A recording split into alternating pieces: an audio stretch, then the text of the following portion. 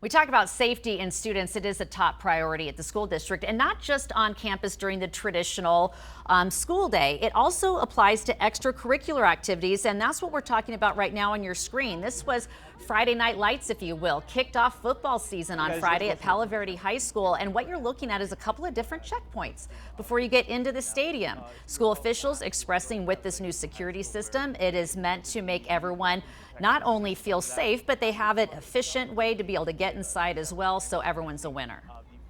Started before, so we get time to watch the game. We're missing the game right now, but safety come first. There you have it. So some people thought, okay, maybe I need to build in more time. The next time I go to a football game at any of our high schools here within the Clark County School District, you just heard from one parent that said, we got it, we understand, and now we'll know for next week. At 5. Plus, with the end of the first week of school also comes the first night of high school football games. Sports Director Brian Salmon breaks down all the touchdowns and field goals in tonight's high school sports report. Live, streaming, and on the News 3 app. This is News 3. Go the Lord!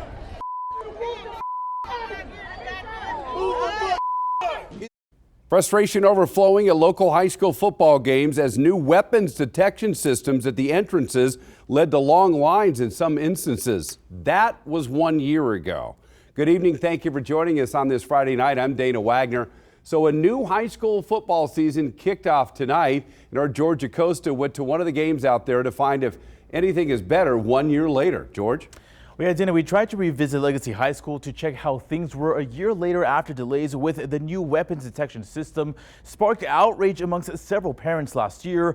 However, when we asked CCSD if we could revisit how things were this year, they repeatedly denied us and told us to go to Palo Verde High School. However, the amount of people waiting to get in this afternoon was pretty significant well into the first quarter. Started before, so we get time to watch the game. We're missing the game right now, but safety come first. Well, many parents, students, and families were pretty understanding over the several checkpoints ahead of the first football game of the season this year at Palo Verde High School. When compared to last year at Legacy High School, the reaction was night and day. Go the Lord! At the time, CCSD officials say the new security system was meant to make the security process more efficient.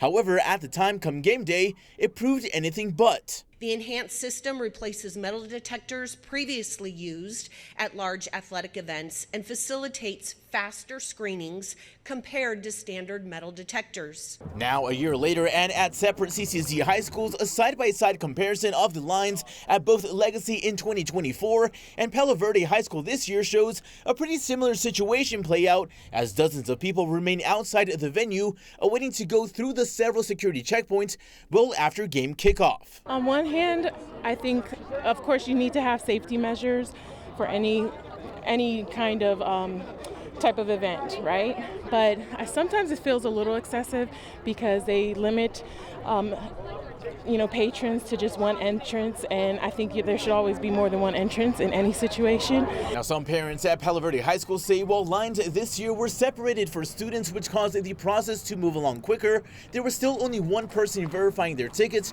which still delayed that process to get in.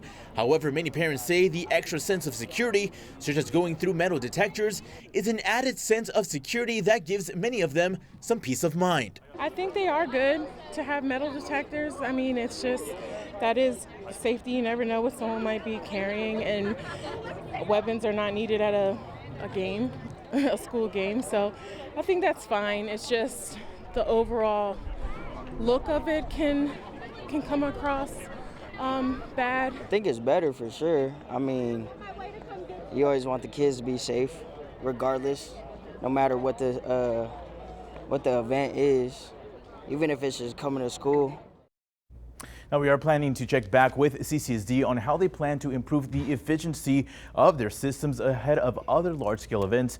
But for now, reporting in studio, George Acosta, News 3. Okay, George.